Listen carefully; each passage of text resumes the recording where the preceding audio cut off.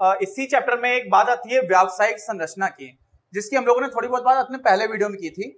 और व्यावसायिक संरचना का मतलब होता है कि ऑक्यूपेशनल स्ट्रक्चर क्या है। ऑक्यूपेशनल स्ट्रक्चर का मतलब क्या हुआ कि कौन सा इंसान किस तरह के काम में लगा हुआ है, ठीक है।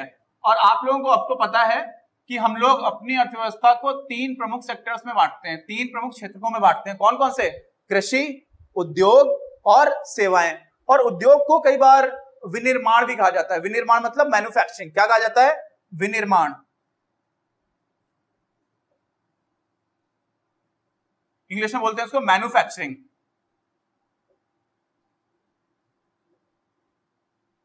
देखो, मैन्युफैक्चरिंग और प्रोडक्शन में थोड़ा सा अंतर है। मतलब मैन्युफैक्चरिंग तब बोला जाता है जब किसी चीज को बहुत ही ज्यादा मात्रा में बनाया जा रहा हो, ठीक है। हम लोग केमिस्ट्री में या रसायन विज्ञान में जो लोग पढ़ते हैं वो लोग कोई कुछ चीज बनाने की विधि पढ़ते हैं। वो बनाने की विधि तो है कि आप छोटे से स्तर पर बना रहे हो, थोड़ी सी मात्रा में बना रहे हो, लेकिन वही चीज जब बहुत बड़ी मात्रा में बनाई जाती है तो उसको बोल देते हैं मैन्युफैक्चरिंग।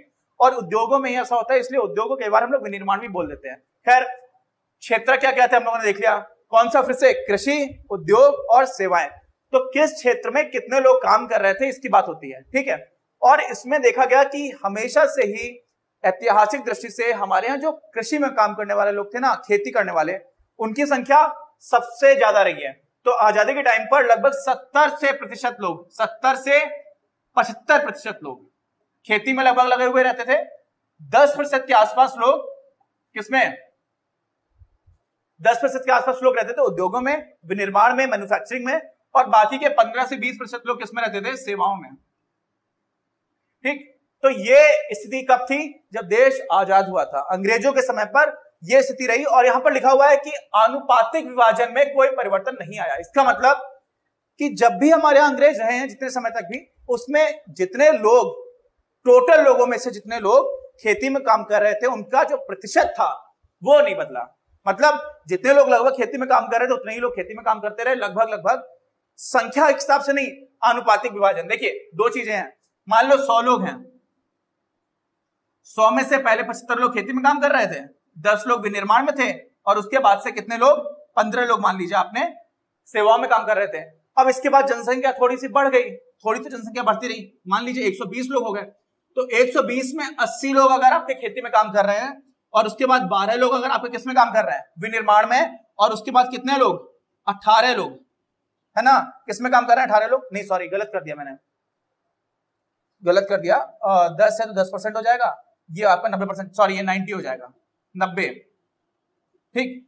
अब अगर 120 लोग हो जाए कुल, उसमें से 90 लोग अगर अभी भी खेती में काम कर रहे हैं, तो लोग तो बढ़ गए, पहले 75 थे, अब 90 हो गए। लेकिन हम लोग यहाँ पर किसकी बात कर रहे हैं? आनुपातिक विभाजन की, मतलब प्रपोर्शन। तो ये भी पहले 75% है, 100 में से 75 है, तो जितना 100 में 75 है उतना ही 120 में 90 होगा, ठीक है। तो आनुपातिक रूप से जो ये परसेंटेज है ना, ये कितना है?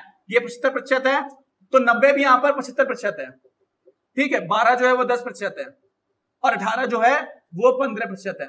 तो जो प्रतिशत के टर्म्स में बात हो रही है, जब परसेंटेज टर्म्स में या अनुपातिक रूप में बात हो रही है, उसमें कोई परिवर्तन नहीं आया था। लेकिन वहां पर भी हमारे देश में ही क्षेत्रीय स्तर पर अंतर देखा गया। किसमें? क्षेत्रीय स्तर पर अंतर देखा गया। कैसे? तो एक थी हमारी मद्रास प्रेसिडेंसी। मद्रास प्रेसिडेंसी मतलब चेन्नई का पहले नाम मद्रास था, लेकिन सिर्फ चेन्नई की बात नहीं हो रही है, उसमें आपका केरल भी आता था काफी हिस्सा, कर्नाटक का बहुत हिस्सा आता था, आंध्र प्रदेश का भी, तेलंगाना का भी, और फिर जो आपका तमिलनाडु है उसका भी। तो ये पूरे जो हमारे यहाँ पर ये 4-5 राज्य हैं, इनका बहुत बड़ा हिस्सा आता था। उसको हम लोग बोलते थे क्या? मद्रास प्रेसिडेंसी।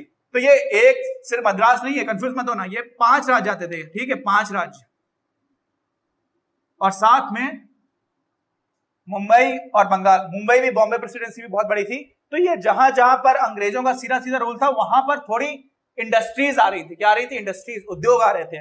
और इस वजह से यहां पर देखा गया था कि खेती करने वालों का जो प्रतिशत है वो थोड़ा कम हो रहा था। तो आप तो कहेंगे कि आपने तो बोला था कि खेती करने वालों का जो प्रतिशत था उसमें कोई अंतर नहीं आया। आया, यहां पर आया, यहां पर कम हो गए खेती करने वाले लोग, और उसी वजह से विनिर्माण में और सेवाओं में बढ़ने लगे, है ना। खेती से कम होंगे तो कहीं ना कहीं तो काम करेंगे, तो फिर वो लोग उद्योगों में काम करने लगे या फिर सेवाओं में काम करने लगे। लेकिन यहां पर क्या हुआ? पंजाब और उड़ीसा और राजस्थान में उल्टा हुआ, यहां पर खेती करने वाले लोग और बढ़ गए। तो ओवरऑल पूरे देश में देखोगे तो अंतर नहीं पड़ा, लेकिन देश में भी कुछ जगह पर खेती करने वाले लोगों का क्या हो गया, खेती करने वाले लोग कम हो गए, मद्रास प्रेसिडेंसी, मुंबई और बंगाल में, जबकि पंजाब, उड़ीसा और राजस्थान में क्या हो गया, बढ़ गए। तो क्षेत्रीय स्तर पर थोड़ा सा अंतर आया। और इसमें क्या था, तो ये हमारी व्यवसायिक संरचना की बात थी जो हम लोगों ने ऑलरेडी पहले वीडियो में की हुई थी। इसमें और भी दूसरी इतनी महत्वपूर्ण बात नहीं है। एक अपने को ये आइडिया लग जाता है कि हमारे यहाँ पर आज भी करीब 45% के आसपास लोग हैं। कितना? 45% के आसपास लोग हैं जो खेती में काम कर रहे हैं। तो पहले ये 70 से 75% हुआ करता था। और सोचिए पहले जनसंख्या भी कम थी, तो उस हिसाब से उस जनसंख्या का 70 से 75% था, और आज जनसंख्या बहुत ज्यादा हो गई है, तब भी हमारा 45% है। तो हम लोगों ने करीब 30% तो कम कर लिया है, और 30% भी जनसंख्या भी बढ़ती रही। इसका मतलब बहुत सारे लोग खेती छोड़ करके कुछ और करने लगे हैं। लेकिन अभी भी देश में सबसे ज्यादा लोग किस क्षेत्र में लगे हुए हैं, तो खेती में लगे हुए हैं। लेकिन खेती का पूरे देश की जीडीपी में कितना योगदान है, तो वो काफी कम है, 13 से 14% के आसपास भी आता है। वो भी हम लोगों ने पहले वीडियो में थोड़ा सा देखा था। अब इसी चैप्टर का सबसे लास्ट में आता है इंफ्रास्ट्रक्चर, आधारभूत संरचना, जो आधारिक संरचना है, उसकी हम लोग बात करेंगे अपने अगले वीडियो में। अगर आपको ये वीडियो पसंद आया तो प्लीज इसे अपने दोस्तों के साथ शेयर करें, लाइक करें, आपके अपने चैनल अपनी क्लास को सब्सक्राइब करें और बेल आइकन को प्रेस करना ना भूलें। Thank you very much, have a nice day.